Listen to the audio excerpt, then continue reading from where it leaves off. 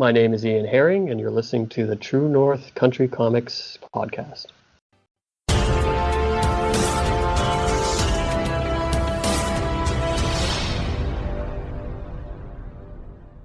Welcome to a special edition of the True North Country Comics podcast, dedicated to promote Canadian comic book creators and supporters. It's May 25th, 2021. I'm John Swinimer. If you want to drop me a line, you can contact me at john@truenorthcountrycomics.com. These podcasts are published to celebrate the exhibitors of this year's virtual edition of the Toronto Comic Arts Festival. TCAF is an annual event gathering comic book creators from around the world to promote broad and diverse voices towards a betterment of the medium of comics through panels, keynote exclusives, and just basically enjoying the fun of comics. On this episode, I chat with Ian Herring about junior citizens and more at TCAF 2021.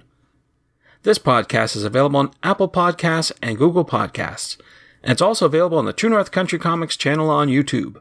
I invite you to like and subscribe. Splitting his youth between small-town Ontario and smaller-town Cape Breton, Ian was raised on Nintendo and reruns of The Simpsons.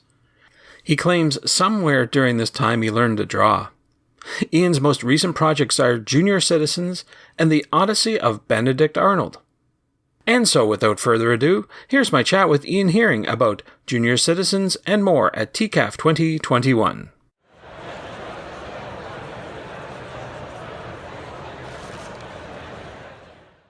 So, Ian Herring, thank you very much for taking time to chat with me. Oh, thank you for having me. I appreciate your time. First, right off the gate, I want to congratulate you on the 2021 Hugo Award nomination for Ghost Spider for the Best Graphic Story category. I'm wondering how that feels. It feels pretty awesome. It's just sort of just came out today. It's yeah. Like, oh man, this is fantastic, and especially it's a book that we did a while ago because it's a collection. If I remember, it's like a collection of stories that we did before that. So. It's kind of funny, I guess, just how long ago it was, or how many other things, like other books have gone by. It's like, oh yeah, it feels like a lifetime ago too, actually. So, have you ever received a Hugo Award nomination? I worked on Miss Marvel, which I believe won in, I want to say 2014. I can't exactly remember. I don't know if my name was on it this time, but I worked on that series too, and it felt pretty cool just to see that happening. So. Well, not to get too much off track, but you've been following the efforts to get Ms. Marvel on the small screen, so you must be kind of pleased about that, I'm sure. Definitely. I mean, it sort of felt like it was going to happen eventually, and that was where I finished up the 75th issue, which was the final issue of the newer series. When did I finish that up? Just at the end of last year, and it was sort of bittersweet, but also at the same time we knew Miss Marvel was going to be hitting some bigger things very soon, so I can't wait to watch it. And just can't wait to see. I hope people like it. So absolutely, they will, for sure. So I want to talk briefly about who you're reading today, and maybe who inspires you today with your work. I'm reading a lot of books right now. Odd mix of cyberpunk with William Gibson and Moomin books. In fact, I read most recent one was Moomin Papa at Sea, and it's just it's a very good pandemic movie of just a family being trapped on an island. I had no idea what it was going in, and I really, really loved it. Plus, it has really fantastic like black and white illustrations just throughout it. So it's sort of what I've been trying to look at for my own art, and just like because I don't usually work so black and white, and just I wanted to see if I can look at more things like that. So reading more manga too, and just see how does it flow with no color, considering I'm a colorist by trade. So right. It's like, all right.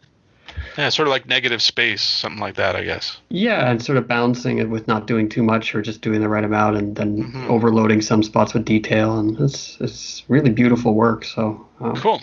Yeah. Good. So we're here talking under the context of the Toronto Comic Arts Festival. So with that in mind, I'm wondering if you have any favorite convention or festival moments you'd like to share.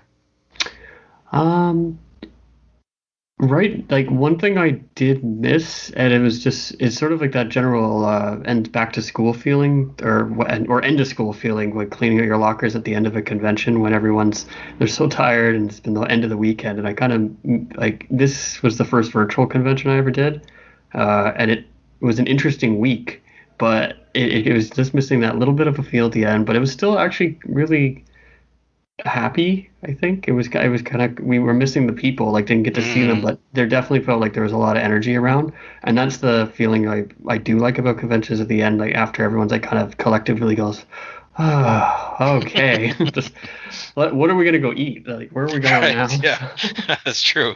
After and all everyone's that talk. happy. Yeah. Exactly. Yeah. No, it's a great experience to be amongst other people. So I'm sure we'll get back there soon for sure. Mm-hmm.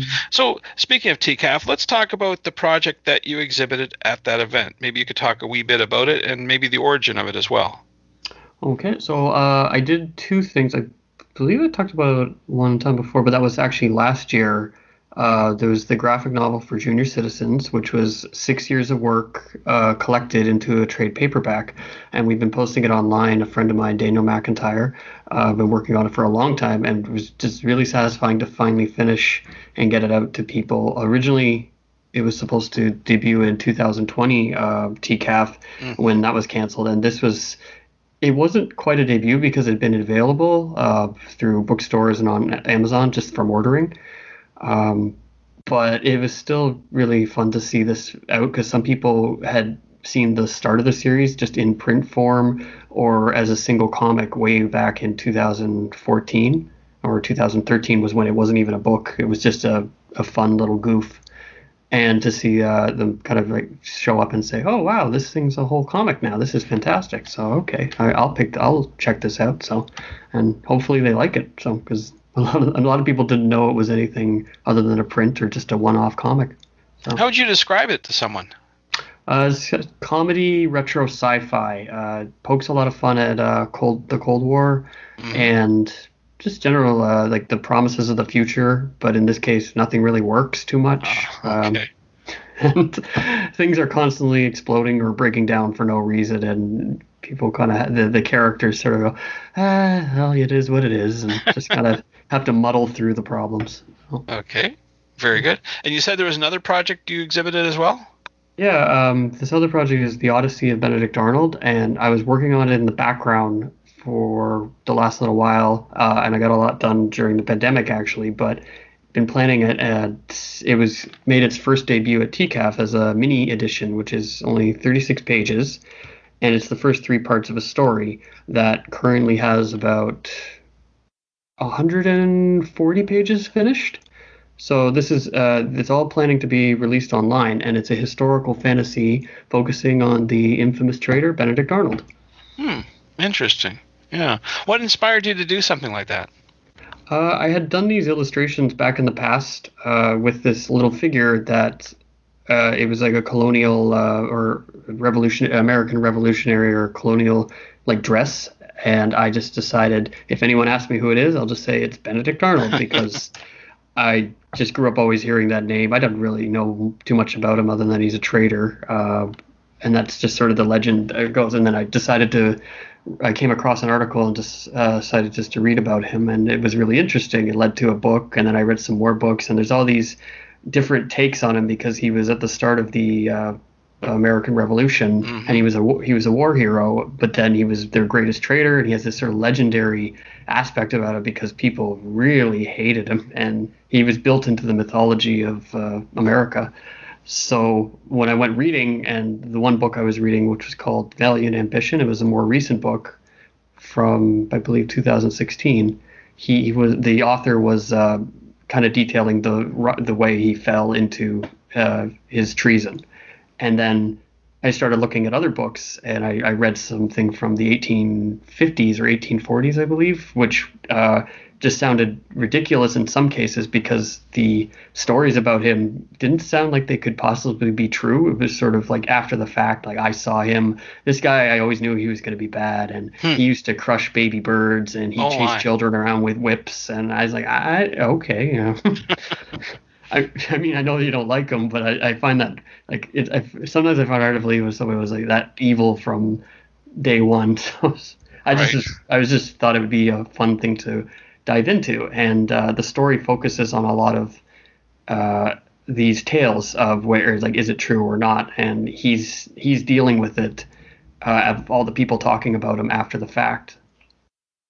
All right, very intriguing, for sure, for sure. I want to switch gears a wee bit and talk about the tools that you use to create your art. I wonder if you could walk me through your workflow. Sure.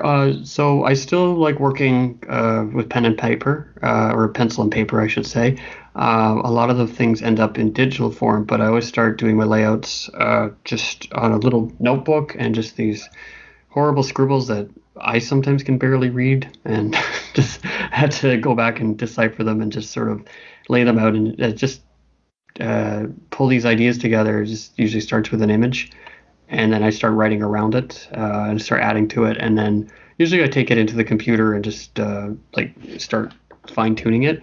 For junior citizens, I used to print these things. I used to print out my drawings on the computer and then go over them with pencil. Mm-hmm. And for Benedict Arnold it's almost it starts all in pencil, but I've been learning to finish it digitally and just trying to keep with the black and white like I was speaking of earlier, and just try to get better with that and digitally inking the whole series. And it's been a learning experience, but it's been really fun to kind of do something a little different and lean some ways that I'm not used to. What software application do you use when you bring it into the computer? I use a mix of Photoshop and Clip Studio. Mm-hmm. And that's all on the little Surface tablet here I got. So it's just now that's unusual. Do you find that the Surface is powerful enough to do the job? Yeah, it held me when I was working from home for 6 months on everything for Marvel, and it pulled a whole book together with InDesign, so it can hold its own. Very good. Yeah. Yeah, you don't hear about the Surface being used too often. Typically, it's the iPad Pro or something like that. But Surface is pretty good. Pretty good. Does a trick. Good stuff. Yeah, so another thing that happens at festivals and conventions, in addition to networking with people, it's about people coming up to your table and asking for advice. So I'm wondering, what would you say to someone who came up to you and said, "I'm making a comic book. What advice would you have for me?" What would you say to that person? I'd say start with a short first, just to see if it's something you even enjoy. I think some people can get bogged down with building a whole world and going things getting out of hand or just beyond your capabilities when you're starting out. I know when I started doing comics, I didn't really know. I've been looking at comics. I look at it for my job every day, but I didn't really know if I could handle it. And I started with an 8-page short. And I think even before that, maybe you just do a single page and see if it's a format you enjoy, and just start small and slowly build up from there. I think that would be a good way to start. And it's a fun format, and there's so many different things you can do with it. So just take a look at other people and see what you like and see what you can incorporate and mix it up. Yeah. Sure. Very good advice. Absolutely. So you've talked about Citizens Brigade and the Benedict Arnold book, but I'm wondering... Junior Citizens, sorry. Junior Citizens, let me correct. So we've talked about Junior Citizens and Benedict Arnold book, but I'm wondering what's next for you. Can you talk about what you have coming down the pipe for you? Right now, I still work for Marvel a lot, coloring away. We are launching our last issue of Silk, I think, coming up soon, which the first 3 have come out. The 4th one's coming out in June. I think the final one comes out in August. I'm not exactly sure. I hope there'll be more, but for now it's just a 5 series. So, yeah. And then Benedict Arnold, I'm just going to keep going with it. I wrote it in a way that I just keep leaving cliffhanger after cliffhanger, and I'm going to release it online starting in June, so everyone can read it. And I hope that they do, so that I can just keep going and going. Because hopefully I'd like to put it together into a book for maybe future TCAF when we're all back together. Mm-hmm. Very good. So the other thing, especially at conventions, is in addition to meeting people, it's about buying books. So where do you recommend people go to buy your books? Right now, it's just you can actually order Junior Citizen at any bookstore. It's a print-on-demand book, so anything that has the Ingram Spark calendar, which I believe is most bookstores, you can order. You can request it, and they'll put in an order for you.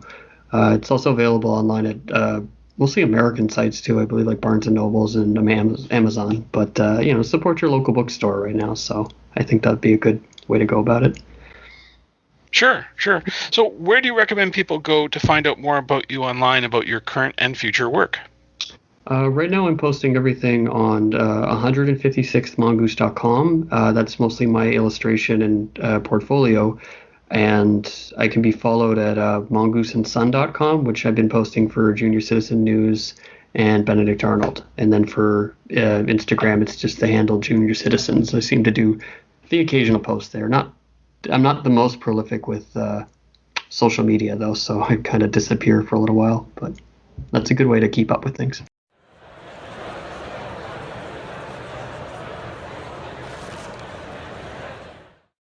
Thanks to Ian for the chat.